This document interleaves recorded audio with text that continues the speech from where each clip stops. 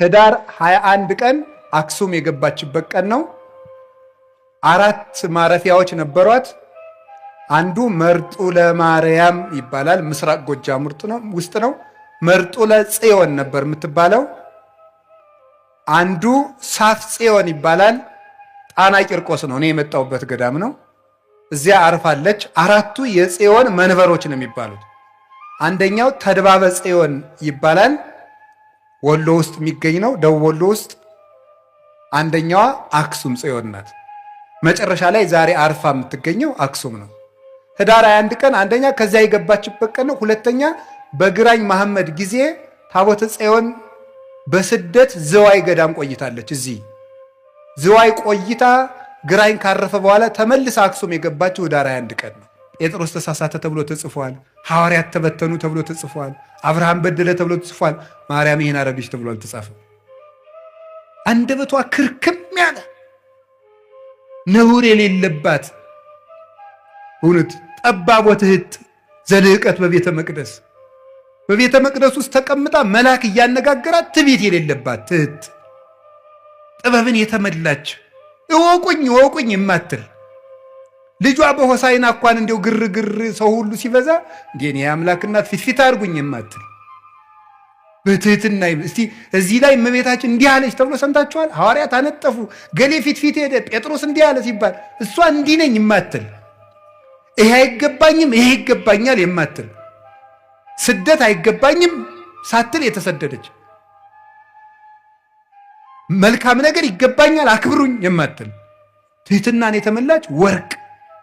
እንግዲህ ወደ እግዚአብሔር አብ እንገባ ዘንድ ድፍረት አለን አለ ቅዱስ ጳውሎስ። እንዴት? እስመ ተሳሃለነ በሞተ ወልዱ፣ በልጁ ሞት ይቅር ብሎናልና። ለምን? በልጅ ደም የታረቁት እርቅ ጽኑ ነውና ይላሉ ሊቃውንት። አብ እንግዲህ በልጁ ደም ታርቆናልና እንግዲህ ሞገስ አግኝተናል ወደ ሰማይ እንድንገባ፣ ይህን ይቅርታ እንድናገኝ ምህረት እንዲህ የተጀመረበት ማህፀን ያላት እመቤታችን ናት። አንዳንዶቹ ምን ሊሏችሁ ይችላሉ? አረ ትንቢተ ሕዝቅኤል ምዕራፍ 44 እኮ ስለ ማርያም የሚመለከት አይደለም ይላል። አይድረስ እኮ ነው እናንተ ደንቆሮና እንትን አሉ እንዴ ብልህና ጅል ተከራክረው አሉ ጅል አሸነፋሉ። ምን ብሎ ሲባል እምቢ ብሎ እንዲሁ ግርማቸዋል እኮ እንደዚህ ነው። ምንድነው የሚለው? እምቢ እንደዚህ ነው። መልሱ ምንድን ነው? አይደለም። እንዴት ብሎ አይደለም ይባላል?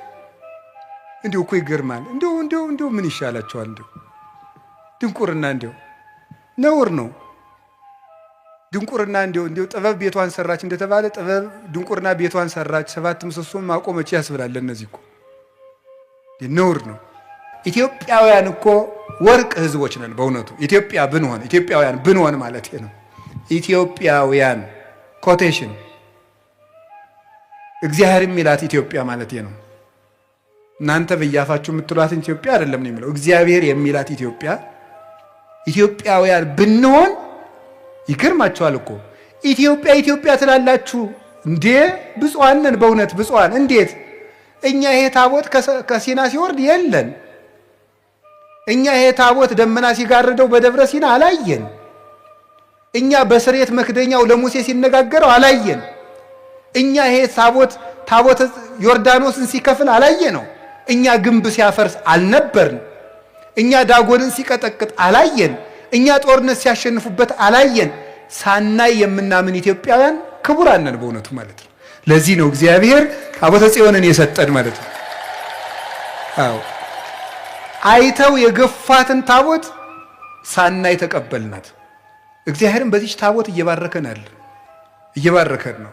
ይህንን ታቦት ነው እግዚአብሔር ወደሚወዱት አምጥቶ ሰጠ። በታቦተ ጽዮን እግዚአብሔር ይባርከን። በእግዚአብሔር ታቦት ላይ ለሚቀርብ ምስጋና ተቃውሞን የሚያቀርቡ ሰዎች ማህፀናቸው ይዘጋል። ይሄው እኔ እቃወማለሁ እና እየወለድኩ ነው ሊል ነው ደግሞ አንዱ ይመጣልና ይጅሉ ማህፀን እኮ ብዙ አይነት ማህፀን አለ። የአእምሮ ማህፀን አለ። የነፍስ ዘግቶብሃል እኮ ቆልፎብህ ነው የምትለፈልፈው እንደ ሞንታርቦ። ልጅ ብቻ አይደለም ልጅ የሚወልደው ማህፀን ብቻ አይደለም። ኢሳይያስ እኮ ትንቢተ ኢሳይያስ ምዕራፍ 46 ላይ ምን ይላል? ጸነስነ በእንተ ፈሪሆትከ ሐመምነ ወለድነ ይላል። አንተን መፍራትን ጸነስን፣ ምጥ ያዘን፣ ወለድን ይላል። ፈሪሃ እግዚአብሔርን መጽነስ አለ። ምግባር መውለድ አለ። ማህፀን የሚባለው ልጅ የሚወልደው ብቻ አይደለም፣ አይምሮም ማህፀን ነው። ያንን ይዘጋዋል እግዚአብሔር። የምህረት ማህፀን ይዘጋል፣ በር ይዘጋል እግዚአብሔር። ሰው እኮ ቢችል ማወቅ፣ ካላወቀ መጠየቅ፣ ካልጠየቀ ደግሞ ማፈር ጥሩ ነው። እውነቴን ነው የምነግራቸው። አሁን ታቦት ጣዖት ነው ይላሉ ሰዎች። እግዚአብሔር ታቦትን የሰጠ ማን ነው? አሰራሩን የተናገረ ማን ነው? ታዲያ ታቦት እንዴት ጣዖት ሆነ ስትሏቸው አይ በሐዲስ ኪዳን ነው እንጂ በብሉይ ኪዳን እኮ አይደለም ይላል። ያ ማለት ምን ማለት መሰላችሁ? ሲገለበጥ እሺ የሐዲስ ኪዳኑ ታቦት አልፏል ብለን እንኳን እንደነሱ ብናወጋ ምን የሚል ሐሳብ አለው?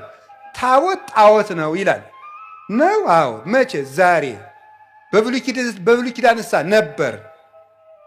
እሺ ታቦት ዛሬ ጣዖት ከሆነ እግዚአብሔር በብሉይ ኪዳን ዘመን ጣዖት እያመለክን እንድንቆይ ይፈቅዳል ማለት ነው? አይፈቅድም። ምክንያቱም የሰጠ ታቦትን ማን ነው? እግዚአብሔር እስከተወሰነ ጊዜ ድረስ ጣዖት አምልኩ ይላል።